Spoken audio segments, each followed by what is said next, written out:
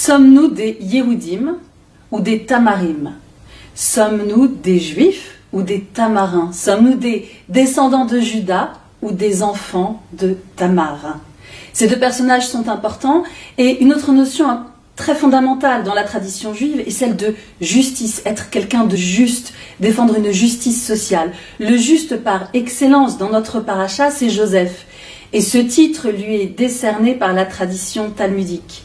Mais la juste de notre paracha, c'est Tamar. Et c'est son ennemi ou son ami très très caché, puisqu'il essaye, à un moment donné, il considère qu'il serait juste de la mettre à mort. C'est lui-même, c'est Judas, qui lui décerne ce titre de juste. Il s'agit de Tamar.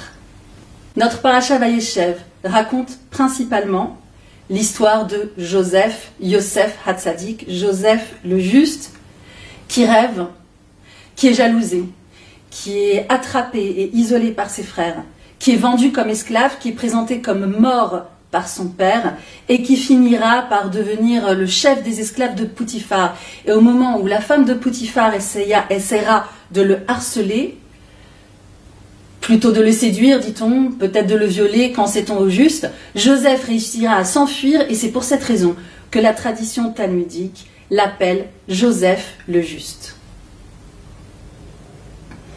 Le mot juste, sadique, renvoie à cette notion de justice sociale, bien sûr. Il définit parfois aussi des espèces de saints juifs auxquels on s'adresserait. Mais avant tout, le mot juste renvoie de nos jours, et de façon très précise et très importante, aux justes qui ont été les sauveurs de juifs pendant la Seconde Guerre mondiale.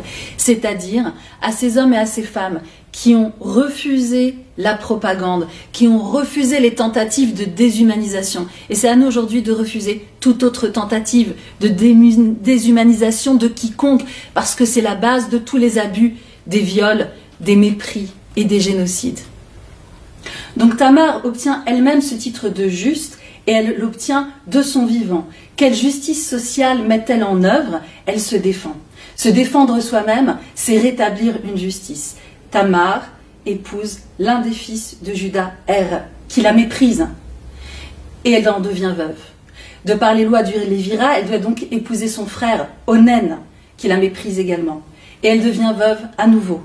Puis, Juda refuse d'appliquer les lois du Lévira et de la marier à son troisième fils, Sheila. Et il la renvoie. Retourne chez ta mère. Retourne veuve dans la maison de ton père, nous dit exactement le texte. Et elle se retrouve isolée, oubliée, éloignée, veuve mais pas libre, mariée mais pas dans la famille de Juda, à avoir une interdiction de fonder une famille en dehors de la famille de Juda à laquelle elle est liée, mais complètement refusée et rejetée par cette famille. Son destin est totalement bloqué. Comment obtenir justice quand tout est bloqué et fermé devant nous? Tamar va entreprendre quelque chose d'extrêmement osé, d'extrêmement courageux, comme il faut le faire parfois dans les situations extrêmes. Elle va vérifier le programme de Juda, voir par où il passe, se rendre à sa rencontre, pile au moment de son ovulation, se transformer, se faire passer pour une prostituée, le séduire, faire en sorte de ne pas se faire payer en argent, mais de se faire payer ou d'avoir un gage avec des signes qui permettront d'identifier Juda. Et elle réussit. Son projet s'accomplit. Elle tombe enceinte, avec pour conséquence que Juda la prenne et décide, évidemment, puisqu'elle a trahi, puisqu'elle a trompé la confiance de la famille, de la mettre à mort. À ce moment-là, Tamar, dans une pudeur toute stratégique, je dirais pas toute féminine, je dirais toute stratégique, parce que c'est délicat de mettre son agresseur en situation délicate et de face, et dans ce système, ça n'aurait sans doute pas marché. Elle arrive à envoyer à Juda l'épreuve de l'identité de la personne dont elle est enceinte, c'est-à-dire Juda lui-même, et c'est lui-même qui reconnaît et qui dit et qui s'exclame et qui lui décerne l'ultime médaille de justice, Tzadka Mimeni, elle est plus juste que moi. Pour retrouver toute cette saga merveilleuse, n'hésitez pas à rouvrir votre Torah, à aller sur sfarim.fr si vous voulez le retrouver, au chapitre 38 de la Genèse, pour voir tous les détails de cette histoire extraordinaire. Donc Tamar est une tzadéket, une juste. Elle a réussi à vaincre l'injustice, à dépasser sa peine, son veuvage, tous les clivages et tout le poids de la société dans laquelle elle vit, pour établir quelque chose qui est de l'ordre, de la justice et de l'avenir, pour mettre au monde deux fils, Péretz et Zérach, qui seront l'avenir du peuple juif, qui seront la source des plus grands rois et même du justicier ultime, de celui dont on raconte qu'il viendra annoncer le rétablissement de la justice sociale et de la fraternité, le Mashiach lui-même. Donc, nous nous qualifions de Yehudim, parce que nous sommes les descendants de Juda, mais nécessairement de ce fait, nous sommes également les enfants de Tamar.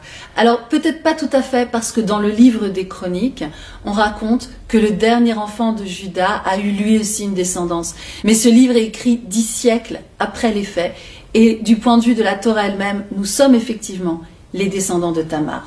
Le psaume 92, c'est celui que nous lisons le vendredi soir, au moment de Kabbalat Shabbat, au moment de l'espoir, au moment où nous accueillons ce temps de repos, ce temps de réussite. On considère qu'un jour par semaine, c'est comme si on avait tout réussi.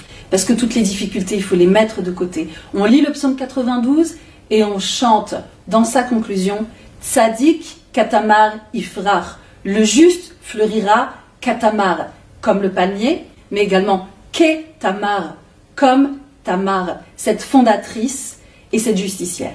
Comme Tamar, lorsque les minorités, les femmes ou d'autres minorités demandent justice, ce n'est pas pour elles, mais c'est pour l'avenir de l'homme, c'est pour notre avenir à tous. Nous vivons mieux dans une société où la justice est respectée et où nous savons que lorsque nous risquons d'être en difficulté, justice sera faite. Virginie Despentes dit « Le féminisme, c'est une aventure collective pour les femmes, les hommes et pour tous les autres ».